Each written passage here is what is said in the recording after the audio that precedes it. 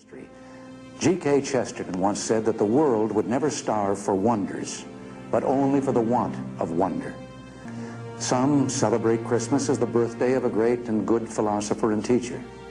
Others of us believe in the divinity of the child born in Bethlehem, that he was and is the promised Prince of Peace. Yes, we've questioned why he who could perform miracles chose to come among us as a helpless babe. But maybe that was his first miracle, his first great lesson, that we should learn to care for one another. One of the cultural touchstones of being in the military is learning to care for each other as we navigate the common experiences we all share, such as the common experience of experiencing the holidays far away from home. Halloween is in the rearview mirror, Thanksgiving is back down the road a ways, and now we have Christmas and New Year's upon us. For Christians, we're heading into a time in which we celebrate the birth of Christ, but numerous other faiths and traditions all have beliefs and celebrations about goodwill and peace on earth that converge right at this point in time. How we celebrate and navigate these traditions and celebrations while staying on mission is always a story of a little bit of adventure, some pathos, occasional drama, and now and then a few piñatas that had one too many shots at the party. Stay tuned.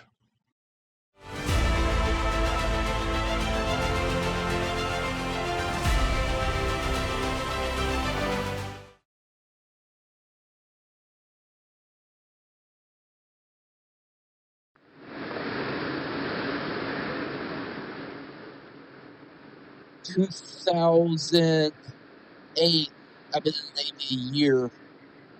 It's my first time coming home for Christmas. And we lied and told my grandmother that I was not going to be able to make it home. So we always have a big Christmas with, all my aunts, uncles, cousins. We have a big family. And so my cousin was hosting it.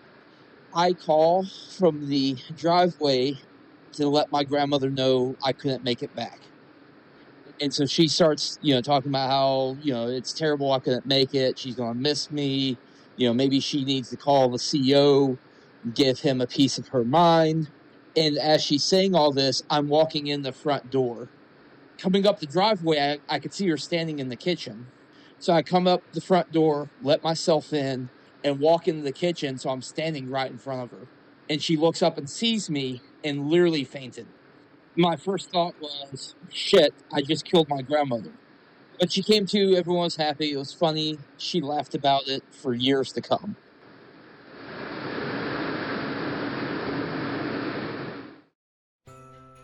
Mele Kalikimaka, Feliz Navidad, Merry Christmas, or for my friends in Britain, Happy Christmas. Welcome to Pierside here on Sparks 1524. I'm Nathaniel Miller. Christmas time is upon us. Well, it's Christmas time for Christians, but the holiday season for everybody.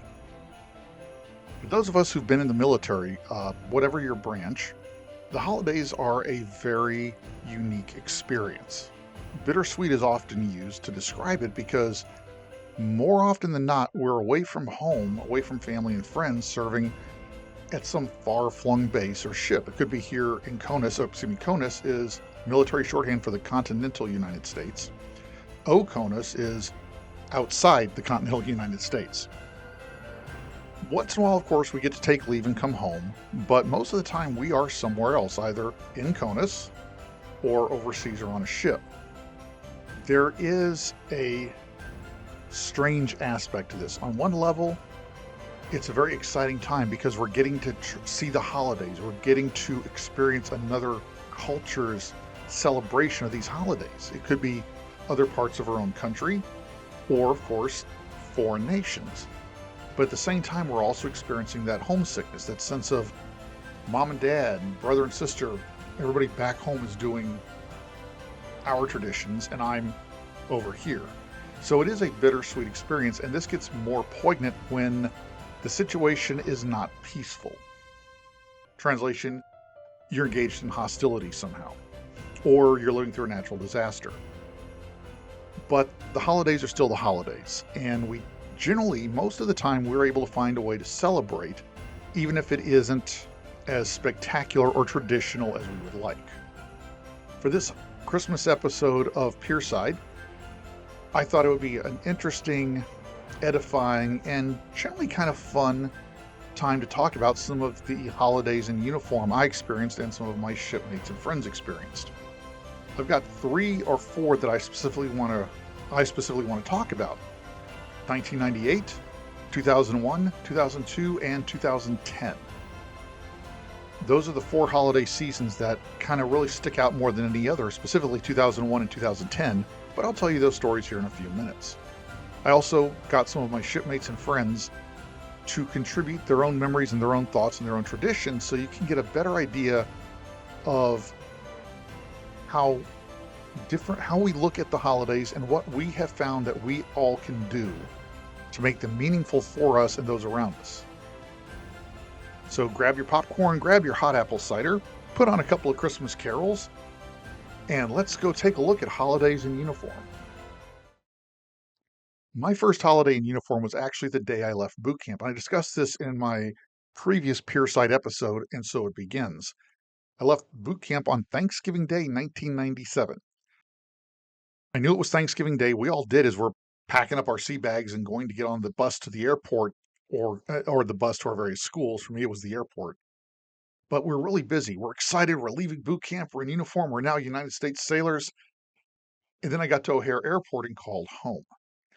It didn't bother me until I got on the phone at O'Hare waiting for my flight. I called home, talked to mom and dad, heard my brother in the background, heard some family friends, and the proverbial lead weight just right into my stomach. I grew up in the Air Force, and my dad was gone a few times on remote assignments over the holidays. But that was Dad. I was always home with Mom and my brother and our local community. Even when I was a kid and we lived in the Philippines for 4 years, my dad was stationed at Clark Air Base. Yes, we're overseas, but my brother and I, we're still with our family, our parents. So we're seeing the holidays in the Philippines as the Filipinos celebrate Christmas and New Year's. But our nuclear family was still together, so our family traditions were still in play. Now suddenly in 97, the wheel had turned around and I'm the one in uniform about to go somewhere else. So that was my very first holiday in uniform. My first holiday overseas was in 1998. I was stationed at Fleet Air Reconnaissance Squadron 2, or VQ2, in Rota, Spain. So as a Roman Catholic, an American Roman Catholic, getting to see Christmas celebrated in Spain was a very unique experience. It was a lot of fun. And of course, we had our Thanksgiving celebrations on base, had Christmas and New Year's, very Spanish style in many ways. And obviously it was bittersweet. This was my first time overseas by myself. I'm in that proverbial foreign country getting to see how they celebrate it, especially since they're fellow Roman Catholics. But everybody else is back home in Florida. And that's one of the ironies of this. I am an inveterate photographer. Being a squadron shutterbug so much that every time I took a morale trip, I just went out in the evening to walk around Rota. I was photographing everything. I would bring my camera on base, onto the flight line with permission and photograph our squadron. I was such a shutterbug that they put me out of admin into the public affairs office, and our commanding officer, Commander Scorby, who later retired as a rear admiral, recommended I go to photo school and become a photographer's mate. So all that photography is happening. And in the couple of years I was in Spain, I took exactly 1 photo at Christmas. The only photo I took of any local Christmas decorations or celebrations was a big lighted Feliz Navidad the town of Rota had strung up over one of the roundabouts near the base. I can't say I don't know what I was thinking, because clearly I wasn't thinking anything about taking pictures of all this. I'm photographing everything else, but I don't photograph Christmas. I believe it was last year's Christmas episode, I talked about the fact that despite being a photographer, despite teaching it, I didn't really start photographing Christmas lights myself en masse until about 2013 or 14. So it's just, so I've got exactly 1 photo from my first command at Christmas time overseas. But darn it, it's a good photo because I took it.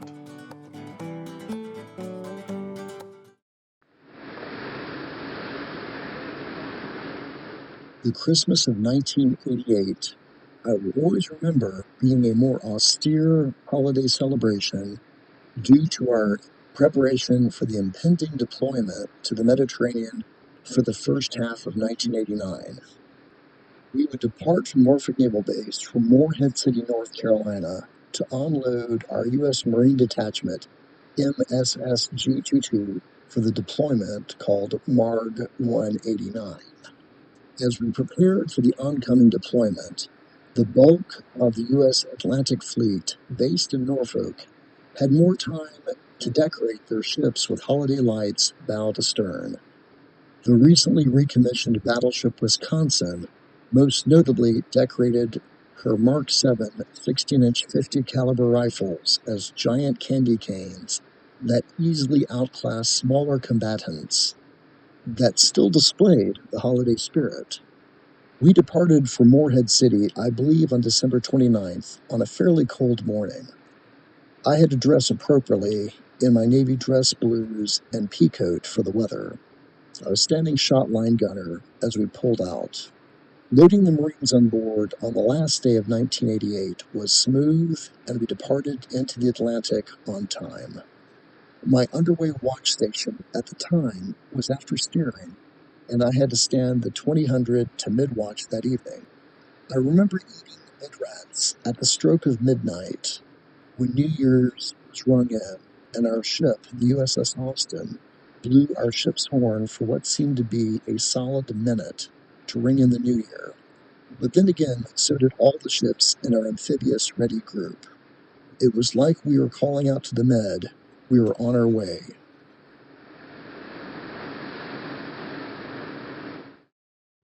Now, in the year 2000, I went from being a yeoman to a photographer's mate. When I left VQ2 with the endorsement of then Commander Scorby, later Rear Admiral Scorby, I went to the Defense Information School and converted from yeoman to photographer's mate. I'm now a photographer. And on top of that, I ended up specializing in reconnaissance cameras. So I go right back into naval aviation working as a TARPS photographer. TARPS is one of those wonderful Navy acronyms that stands for Tactical Airborne Reconnaissance Pod System. It's a 17-foot long pod that, when fully loaded with cameras and computer, weighs about 2,000 pounds. It's slung underneath the F-14 between the engines, and it's used for aerial reconnaissance. Now, the Navy being the Navy, we also, us photographers, were given the Lantern Pod, low altitude navigation targeting infrared for night. Has nothing to do with photography. It's infrared video, which is a whole different capture system than the optical stuff I trained on. Plus, it puts out the laser that the laser guided bombs would follow to the target. But they gave it to us. That was a 6-foot long pod, went under the wing of the F-14. So I'm back in naval aviation. Now I'm still carrying a camera in my tool pouch all the time because I'm a shutterbug. But my job was maintaining aircraft cameras and helping launch fighters off a flight deck. Which brings me to the Christmas of 2001. And if the year 2001 strikes you for any reason that has to do with the specific date of September 11th, then you kind of know where I'm starting to go with this. VF-213 was part of Carrier Air Wing 11. We were deployed aboard USS Carl Vinson, CVN-70. We began our deployment in July, had a port call in Thailand, port call in Singapore, and then we were heading to the Arabian Gulf or Persian Gulf, pick your name. Interestingly enough, a couple of the morale trips that were planned around Thailand, including one I was going to take to Bangkok, got canceled because of unspecified chatter about terrorist threats against Americans. That's called foreshadowing. We're 2 days out from the Persian Gulf when 9/11 happens. Watch it all on TV, watch the towers come down, the Pentagon get hit, the story about the plane that went down in Pennsylvania because the passengers fought back and were the first heroes of that horrible time. We never went in the Arabian Gulf. We stayed in the Arabian Sea, and VF-213 led the first manned Navy strikes of Operation Enduring Freedom. We rotated out after Thanksgiving in December to start coming home. We were relieved by USS Theodore Roosevelt, CVN-71. We originally, before 9/11 happened, we were going to be going to Australia for Christmas. So all that's canceled. We go back to Singapore. Now we're hearing in the news, open source news, all these terrorist threats still coming against Americans, especially in Singapore. Kidnapping gangs, bomb threats against places we're going to congregate, like the bus station where the Liberty buses pick us up and drop us off. Wondering, why the hell are we going there if there's all these threats? Well, our skipper at the time was Commander Anthony Gandhi Gayani, later Rear Admiral Gayani. He was a great skipper. We all had a lot of respect for him. And one of the reasons we respected him was he had a habit of just spending hours walking around the ship, talking to all the enlisted folks, as well as, of course, mentoring and leading his officers in the wardroom. So before Christmas, as we're pulling into Singapore, he's walking around the ship, and I'm one of those sailors that when he comes to my shop, I ask him, "Sir, if there's all these threats happening, why are we going to Singapore instead of back to Hawaii or San Diego or even Bremerton, where we'd be safe in U.S. territory?" And Skipper Guyani looked at me and said, "I don't have an answer for that. It's not a good answer to say, but you are free to stay on the ship if you don't feel safe, but I don't have an answer about why we're not going elsewhere." Now, I was old enough. I joined at 25. So at this point, this is 2001, I'm now 30. I'm old enough and experienced enough to know that he truly didn't have an answer. He did not know, well, not that he didn't know, he couldn't say anything else. He's the commanding officer, but he can't, so he cannot tell us, I think the Navy's being stupid. He can't say that, and he's not going to. Christmas was actually pretty good. My shop shared space in another shop with another maintenance division that worked on F-18 reconnaissance and targeting pods. So I ended up going out with a few of them for Liberty over Christmas. We went to Sentosa, which is a small island just off Singapore. Beautiful little island. Got a huge statue of the Burr Lion, which is Singapore's symbol. And on Christmas Day, one of the things we did was watched a dolphin show with pink river dolphins from China. Also on that Christmas Day, we, as at that animal park, we also watched a demonstration about owls. And I think this is where my fascination with owls really began. I was sitting on about midway up the audience, and I was on the row, the end. I always took the row if I could because I got these gigantic shoulders, so at least I could stick my shoulder out in the aisle and not hit the people on the other side of me. And the animal handlers were talking about the feathers on the owl's wings and how they're specially designed to be silent, so the owl can swoop in at high speed without making a sound and catch its prey. That sounds too good to be true. And I wish I had some photos or video of this. I don't, but it was an amazing experience because he said that to prove it, it was a snowy owl they had. They were going to have the snowy owl fly down the aisle between all of us seating in the seats to the handler. So I'm on the aisle. I turn around and look behind me, and there's the other handler launching the owl. Now, snowy owls have a wingspan of 4 to 5 feet, and I'm sticking out in the aisle just a little bit. The owl's feathers literally grazed my head, so it literally went right over my ear. And it did not make a sound. The only sound I heard that owl make was when its feathers brushed my hair, and you're going to physically have a little sound from that, but it really was silent, and I had to pick my jaw up off the floor in amazement. I think that's when my fascination with owls really kicked off. So that was actually a good Christmas, despite the fact we knew a lot of people back home were hurting. No big terrorist events happened in Singapore, although some people were arrested that were targeting us, but nothing happened to us. So it was a good Christmas in the sense that we're with shipmates that we've just fought a war with, survived all of that together. Those of us on the ship only thought we came under fire once, and it was a huge misunderstanding, but for about 5 minutes we thought we were about to get bombed. But we're sending our air crew into the war zone every day, all of us in the squadrons. I'm helping put reconnaissance cameras and then laser targeting pods on these F-14s, then telling my air crew my systems are safe for flight. By the way, please come back alive. So it was a very poignant Christmas to be away from home. And now I have the privilege and the honor to present some anecdotes and recollections by Rear Admiral Anthony Guyani, my former skipper. He was our commanding officer that Christmas in 2001, so it's interesting that some of his recollections align very much with mine, as you'll see in just a moment. The Admiral sent me his contribution in writing and asked me to read it for him, so it will be my voice, but reading Admiral Guyani's memories.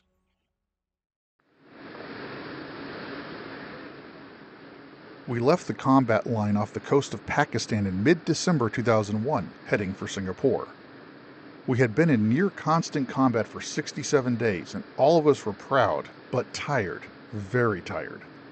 I remember one of our AOs loading bombs on my aircraft with tears running down his face, not from fear or sadness, but from exhaustion. I remember nights coming back from leading air wing strike missions, leading the whole CAG in fact, and by the time I got done with intel, maintenance, and debrief, I had 2 hours left before briefing time for the next day's mission.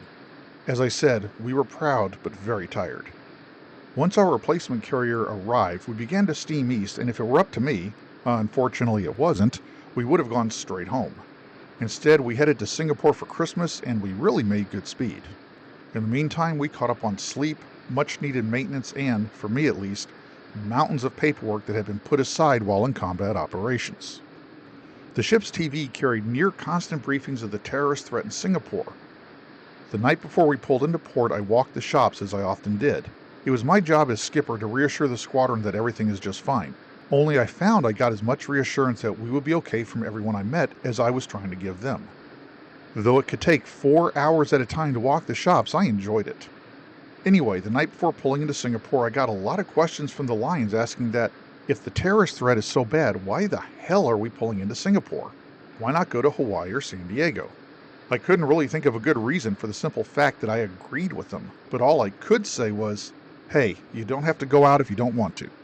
On Christmas morning, I walked the shops again to wish everyone a Merry Christmas, although there weren't many folks around. I went ashore to a wardroom event in which we had rented out an entire bar and restaurant. We had lots of unspent money from the last 7 months. I ate too much, I made sure no one was having too much liquid fun, it was the morning after all. I called my family, and then I went back to the ship to walk the shops again and see if anyone was feeling as homesick as I was.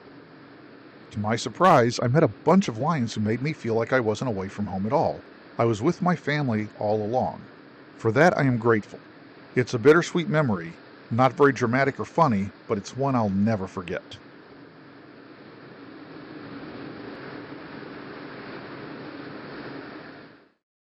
Another shipmate who has an interesting perspective on that 2001 Christmas in Singapore is former photographer's mate second class Christy Robinson. She was part of the ship's company, not VF-213, but I got to know her and the gang down in the ship's photo lab because I spent a lot of hours there during the week when I wasn't working. I needed to keep my own lab skills sharp because this was back in the day of wet film. Christy and the lab gang went on a different adventure for that Christmas, so she was in Singapore proper. But she also had an anecdote to share about her very first Christmas underway, which was back in '98. Christy was busy taking care of business up in Washington State, where she works, among other things, as a freelance photographer, so she asked me to read her story for you. I now present you, former photographer's mate second class, Christy Robinson.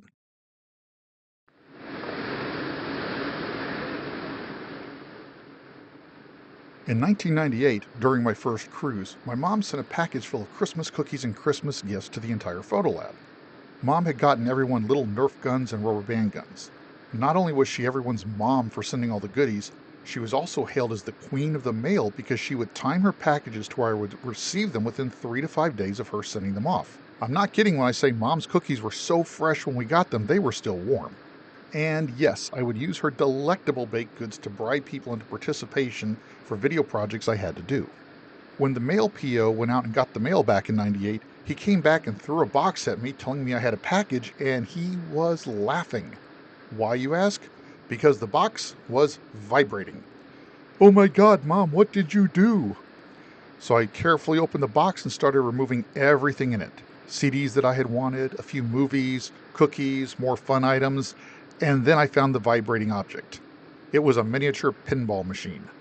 I'm pretty sure I was the color of a tomato as I was unpacking that box, and I got ribbed a lot for a few days, but it was a great Christmas away from home that is still a lot of fun to remember. In 2001, we pulled into Singapore for Christmas. I took a few minutes to call my family back in Washington State, and then headed out with the guys. I missed my kiddos, but it was time to go out.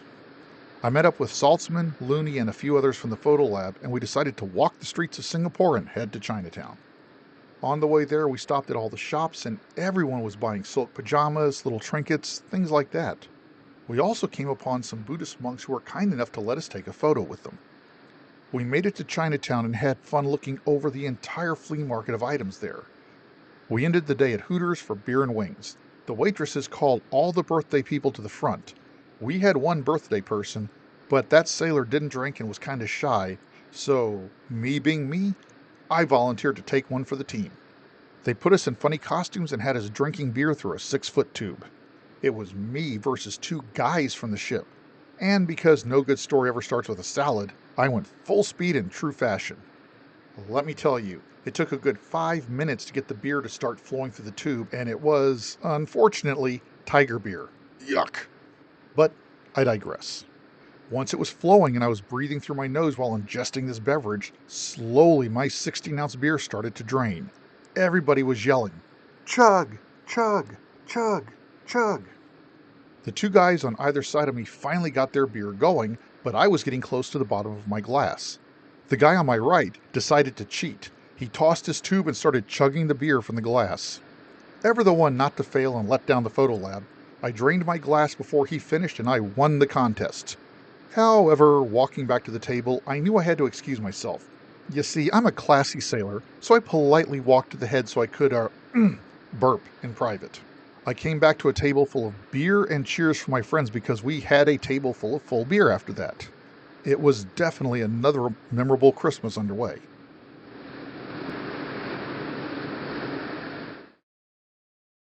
One of the things you might have noticed from what I've shown so far is the absence of decorations.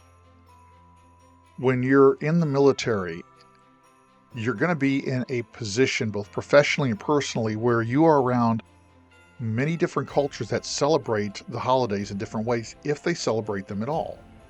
Now, if you're in your home quarters, either here in Conus or overseas, and you're with your family, your house is going to be decorated however you normally do, but the outside community might look very different.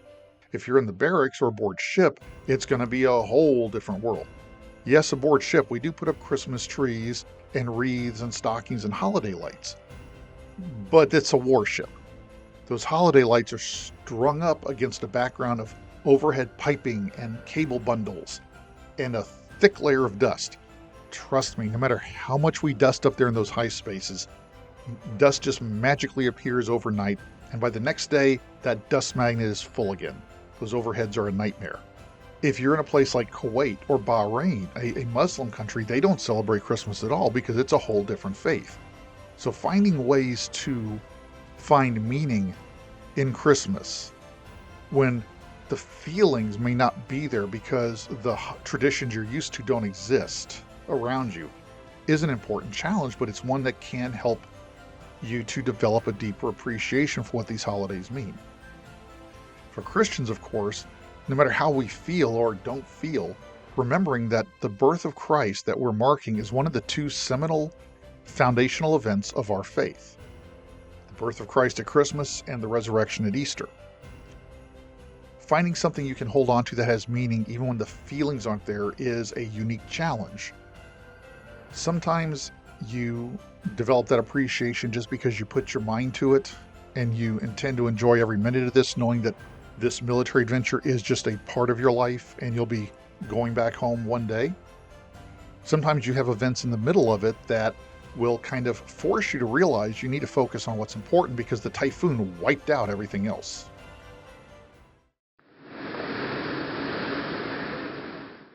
Hey, how you doing? My name is Jason Spencer. I'm a Master Chief in the United States Navy. Been in for 28 years now. So I've had plenty of time doing holidays with other service members, away from my family and that sort of thing. And that's always one of the hardest things to do, is be away from your family. But what really sticks with me is the camaraderie that is built around your brothers and sisters when you are gone for the holidays. And one of those memories was actually at my first duty station. I think it was my second tour at my first duty station. But the skipper of the the security agency that flew with us when I was in VQ2 invited us all over for dinner when we were all deployed in Bahrain. And we had an amazing dinner together over Christmas and bonded and that sort of thing. And I still cling to those memories of my brothers and sisters that were there and were able to share in those times, because it's, like I said, never easy to be away from your family. On Christmas Eve, we do a Italian feast and invite all our friends and family over, including many service members that I serve with and that sort of thing, that don't have anywhere to go on the holidays or they are unable to make it home. So we invite them over to the house, have an Italian meal, and just be together as a Navy family, if you will. And we bring people together and pull them into our own families when they don't have anywhere to go. That's one of the things that I love about military culture and being deployed. But it is, like I said, always hard to be away from family. I hope you guys have a good one. Bye. 2001 was clearly a momentous year for our entire country. 2002 was a momentous year for the island of Guam and those of us who were on it after it was struck by Super Typhoon Ponce on December 8th. I left VF 213 in May of 2002, attended an intermediate photojournalism course, and then headed out for an assignment at the base photo lab on the island of Guam. The photo lab was operated by Fleet Imaging Command Pacific, and I now had a couple of years of shore duty ahead of me on a beautiful tropical island. I'd only ever read about in World War II history books, but the more I learned about it before I headed out there, the more I was really excited because there was so much more to the history of Guam and the Chamorro people. I got there just before Thanksgiving of 2002, and that was a lot of fun. I was enfolded in the arms of the Christian Servicemen Center with a lot of great Christian servicemen, and also some who were not so Christian, but they were still welcomed into the fold because we're all service members overseas.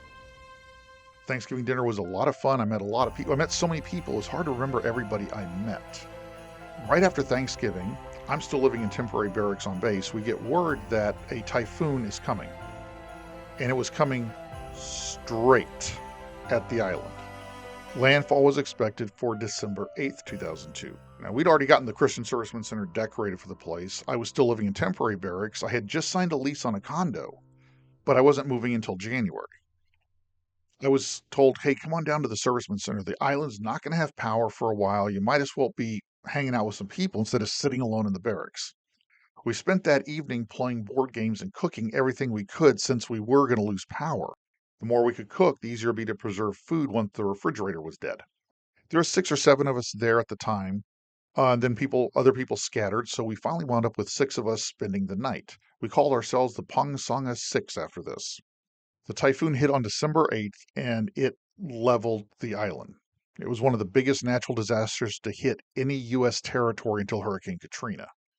The 6 of us finally retreated into the bunk room because it was the only room that was not breached by the storm. So about 2 or 3 in the morning on December 9th, we're poking around the broken glass and everything in the center, and we find the Christmas tree crumpled in the corner. It was partly humorous, but it was also partly a mark of, okay, we survived it, and we're still here. So we picked the tree up and set it back upright. Sunrise on the 9th really brought home the devastation we'd lived through. The Servicemen Center itself was a catastrophe, and the entire island felt like it had just been leveled. Remarkably, we actually recovered power and water and basic services to most of the island within just a few weeks. Some parts of the island, however, the more remote parts, didn't have power back when I left in 2006. As remarkable as our survival had been, there was one fatality.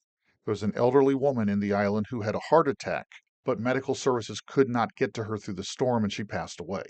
As much as we had to celebrate as we headed toward Christmas in a couple of weeks, and we had a lot to celebrate, there was that knowledge in the back of our head that as good as things were going for most of us on that island, there was one family, one community that was going to face a very somber holiday because they'd lost their matriarch. And you never quite get that out of your head. We ended up gathering for Christmas Day at Jeremy and Christy Bowlby's house. Good friends of mine, of all of us. They're great people. We had a white elephant gift exchange. I had never been part of one of those before, and I thought it was hysterical. We had dinner. Jeremy and some of the guys grilled out. For New Year's, we went to the Christian Servicemen Center, and we had a New Year's Eve vigil out there in the amphitheater. And then we watched the fireworks over the village of Tuman. And it was a very powerful sense of both catharsis that the storm is over, the disaster part's over, we're well into recovery, and we're recovering quicker than we expected. We have this bright new year ahead of us, And by the way, we're out of typhoon season now for at least 6 months, so we're clear of typhoons. So New Year's 2003 is one of the few New Year's for me that is just as memorable as Christmas Day was and as Thanksgiving Day was. The rest of the Christmases I was on island in 03, 04, they were good, but the one that jumps out in my mind is Christmas of 2005, which was my last Christmas on the island. Myself and some of the gang from the Servicemen Center, we were walking around downtown Tumon. Tumon is one of Guam's biggest villages, and it's the center of the tourist industry. It's built right along Tumon Bay, so it's a gorgeous, gorgeous village, and I actually lived in Upper Tumon, up on the hillside overlooking the city in the bay. We were walking along and looking at all the Christmas lights, and unlike in Spain, this time I was taking pictures. So we're looking at the Christmas lights, and it's just this gorgeous experience of walking along this illuminated city. This always comes to the forefront of my memory is because of the snowman. We're on a tropical island. We have palm trees and surf, and in the middle of Tumon's Christmas display is a snowman. The image of snow and snowmen is so indelible to the general Christmas season that even on a tropical island, having a snowman display did not look out of place, and that's why I remember it so much.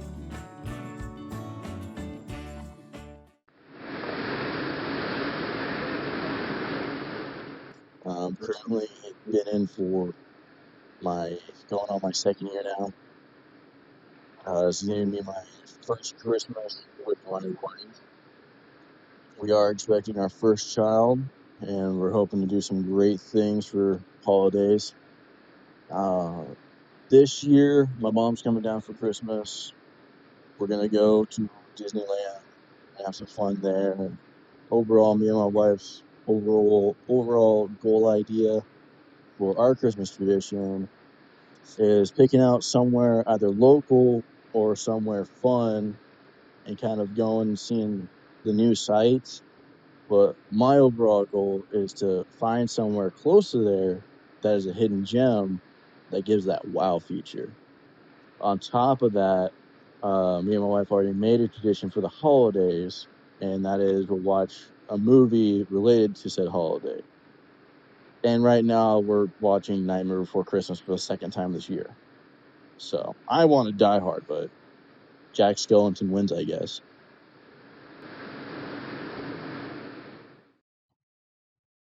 The holiday season when I was deployed aboard USS Ponce, well, I shouldn't say deployed aboard, I was actually part of the ship's company. That's the first time in my career, the only time I was actually part of the ship's crew. Otherwise, every time I deployed, I was just a shipwrighter. I was out there just for the mission. So Ponce is special to me, and that was the one time I was part of the ship's crew. And our holiday season during our 2010 deployment was pretty busy. On the 24th of November, just the day before Thanksgiving, we had the hugest mail call. We were doing a replenishment at sea, or RAS, also known as an underway replenishment, where we steamed alongside a cargo ship and took pallets over a high line while a helicopter was bringing and dropping cargo and mail. We got so much holiday mail that our entire mess decks, where the enlisted crew ate, was cleared at the tables and turned into a gigantic mailroom. Now, Ponce, we had about 425 sailors and around 800 Marines at this time, so it's a big crew. Now, when I deployed with VF-213 aboard USS Carl Vinson, we were out over Christmas in 01, but I don't know what mail call looked like because I was up on the flight deck helping launch aircraft, because even once we were out of the war zone, we still had to keep launching jets because our air crew needed to keep their flight hours up, and on the flight deck, we needed to keep our own mechanical proficiency up. But for the just over 1,000 people aboard Ponce, we had a tsunami of mail. There was so much mail that it's kind of a wonder the ship didn't capsize from becoming so top heavy. Everybody who wasn't working was working. If you weren't on duty steering the ship, manning the engines, or on the flight deck handling all the cargo coming over and coming down, you were in the mess decks helping be a mail clerk. I was the ship's media center. I was it. I was the photographer, the videographer, the reporter, the whole 9 yards. So I'm running out there and filming on the flight deck as all this cargo and mail's coming in. And that's a normal part of my job. I would do it all the time, and I loved it because it was an exciting time. Then I would run back into the mess decks, and I would be filming all of this mail. And it wasn't haphazard, but we were kind of had to start it in general terms, like executive and department and medical, that corner, Marine Corps, that corner, combat cargo, back over there, engineering, over here. Oh, wait a minute. Engine room 1, over here. Engine room 2, over there. Just to start piling it up so we could start sorting it. Now, the next day, the 25th of November, was Thanksgiving Day, so we had the traditional huge Thanksgiving dinner with all the trimmings, as can only be done by Navy culinary specialists. And that is not said in sarcasm. Navy CSs, when they want to, they know how to put on a really good spread. It also helps when they got the good groceries. Navy chow is not quite what everybody thinks it is, but that's because we're getting a bunch of boxed institutional food that they've got to produce en masse for thousands of people. But on the holidays, when they're given the good groceries and they have the chance to really shine, to really put some time into what they're baking, the spread is incredible. We had food everywhere. Roast beef, turkey, an ice cream station, more pieces of pie, pecan and pumpkin than you could shake a stick at. So it was a really, really good day. Normally, December 23rd is not really considered a holiday day. It's not, Christmas Eve is not exactly a day you ask off for work unless you're taking a whole vacation. But Christmas Eve, Christmas Eve, and Christmas Day was a back-to-back set of events in 2010 aboard Ponce that sticks out in my mind for all the right reasons, because it was a lot of fun. On December 23rd, 2010, we were steaming in formation with the USS Abraham Lincoln, CVN 72. The Lincoln is one of those ships I tried to get on my whole career. The Lincoln, the Enterprise, the Washington. I tried to get on those ships my whole career. Every time I was up for orders, I asked for those ships. And I never got on them. But getting to sail in formation with the Lincoln and the Enterprise later on in the deployment was really, really a cool experience, especially since the 23rd. We had a really awesome sunrise. It was very colorful. The dust from the Middle East was in the air, so it made the colors really orange and red, and it was very spectacular. And when you're on board a small amphibious transport dock like Ponce, that's about 500 feet long, and you're looking out the bridge window at an aircraft carrier that is so big your ship could fit inside its hangar bay lengthwise and still have room to spare, it's a pretty cool feeling. It's a great sensation. And it also lends itself to some great video. So I got as much video as I could of the aircraft carrier named after my favorite president, who just happens to be sitting right over here. Because we were going to be so busy the next few days, we did our holiday program the evening of the 23rd. So we started the morning in formation with the USS Abraham Lincoln, and we finished the evening singing Christmas carols. We had a pretty traditional holiday program. We sang carols, did poetry readings, played silly games, and I can assure you that the 2 piñatas we had did not suffer much. Actually, they suffered a lot. It took a while to get them broken, mainly because the guys who were strung at the piñatas would be pulling on the ropes so the piñata would jump up and down while the guys swinging at it were swinging at it. No, I did not take a shot at the piñata. I have no illusions about my abilities as a baseball player. But it was a lot of fun. That was on the 23rd. Christmas Eve was a very busy day for us. We did flight ops with USS Carter Hall, LSD-50. Carter Hall was one of the 3 ships in our amphibious ready group. Our amphibious ready group was centered around USS Kearsarge, LHD-3. We didn't have sight of her around Christmas, but the Carter Hall was nearby, and we were shuttling things back and forth via helo. Later that afternoon, we started to wind down for the holiday and kind of opened the celebrations with a basketball tournament. in which I did not participate. If you knew me in high school, or you knew me at Florida State, or you knew me at all in the Navy, then you will know that when it comes to team sports, I suck worse than a broken Hoover vacuum cleaner. But being the ship's photographer is a great excuse to not participate in the game because you're the one photographing the game that everybody wants those photos. You would be surprised just how intense basketball tournaments underway can get, or ping pong tournaments, or anything like that. Anytime where we can get together and start competing against each other. Sailors and Marines at sea will take that to a whole new level, and it's a lot of fun to watch. So Christmas Eve, we held a vigil out on the flight deck for those, and by the way, all of this is only for people who want to attend. Some of these are religious services for us Christians because this is Christmas. Some of it is more secular holiday celebrations, but you don't have to attend everything. So for the Christmas Eve vigil on the flight deck, that was all of us Christians, mainly. Everybody was invited, but it was a Christian service. On Christmas Day, we anchored off Kuwait, and we were shuttling Seabees ashore with our landing craft, Uniform 61. Now, this is one of the more traditional landing crafts you've seen all the way back to World War II. It's got a flat bottom, very shallow draft, a bow ramp that comes down so you can deploy soldiers, Marines, and equipment right on the beach. And we carry this inside Ponce's well deck, so we would ballast the ship down by flooding the well deck, open the stern gate, and the landing craft could sail in and out.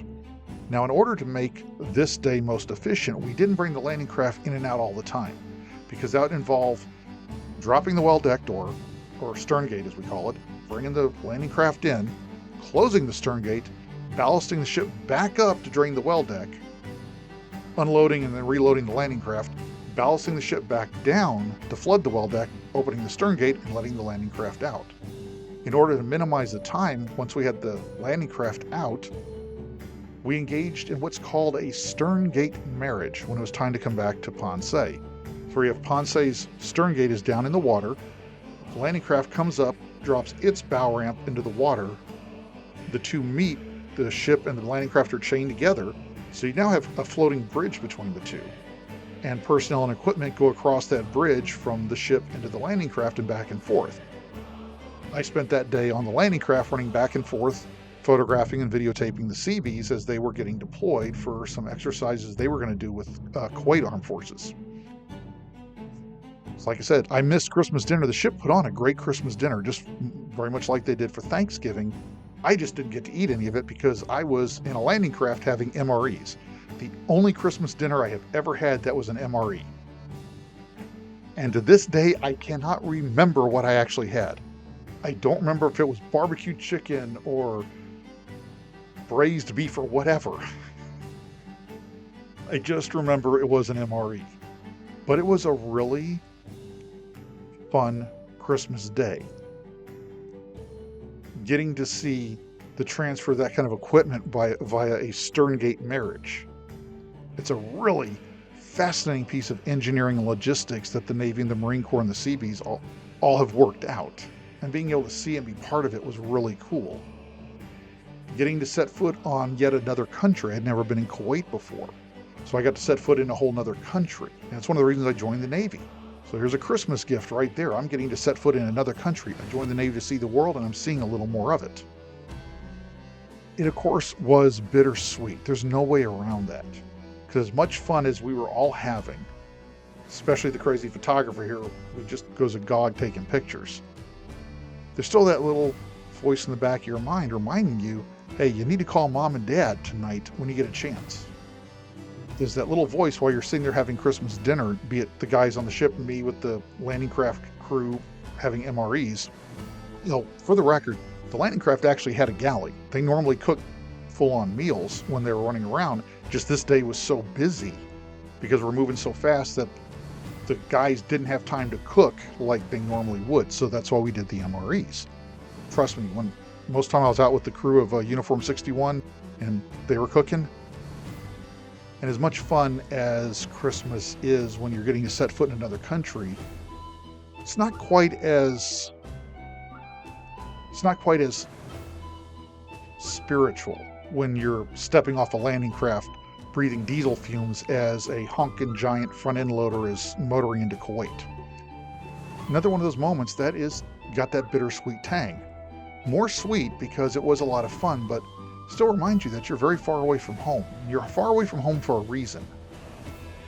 But you still stop for a few minutes and look across the ocean and just realize that, well, for me personally, Florida is thousands of miles that way. All my friends and family that are not aboard this ship are thousands of miles that way.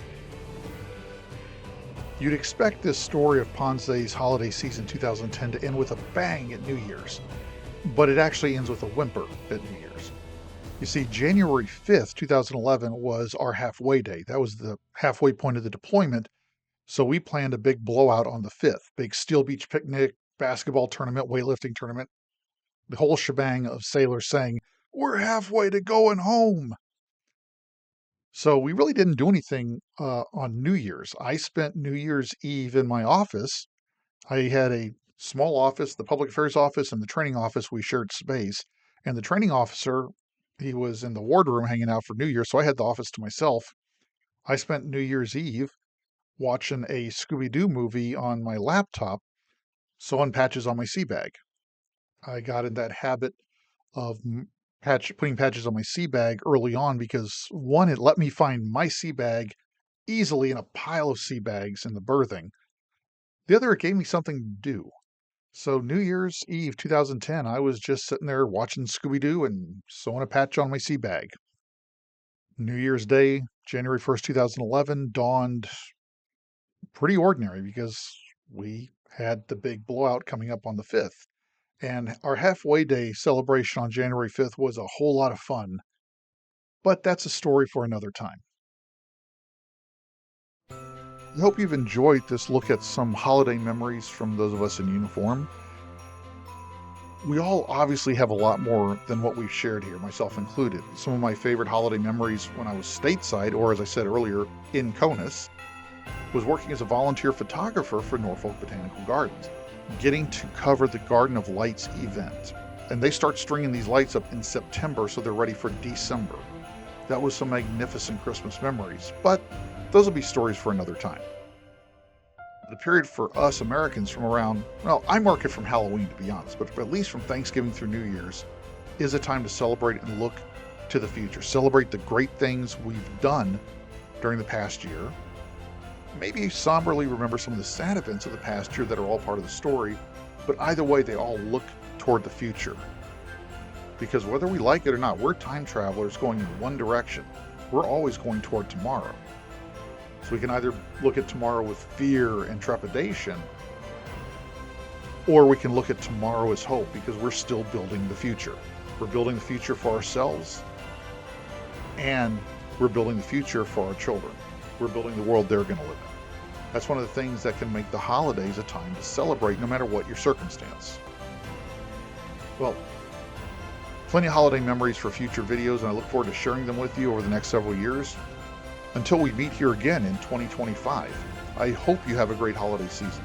To my fellow Christians, Merry Christmas.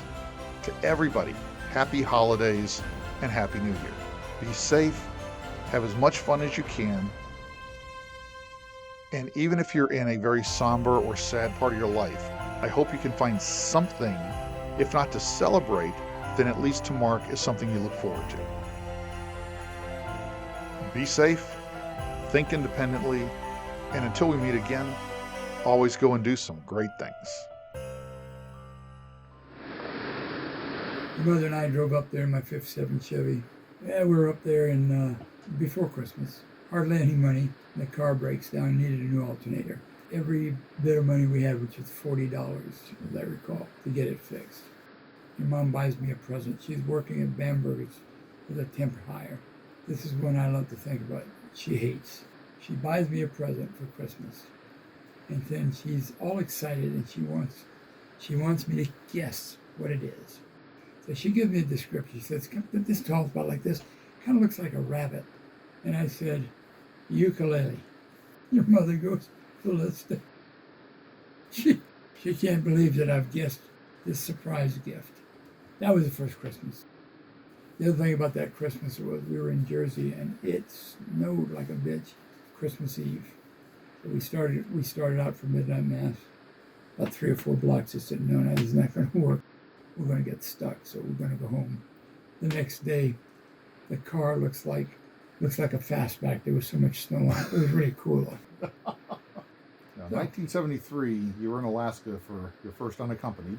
All I can remember about that Christmas, not because I was drinking, that was New Year's, was that I got 2 shirts from your mother, from y'all. And one of them was, it said in great big white letters across the front, Papa, which is what you boys called me.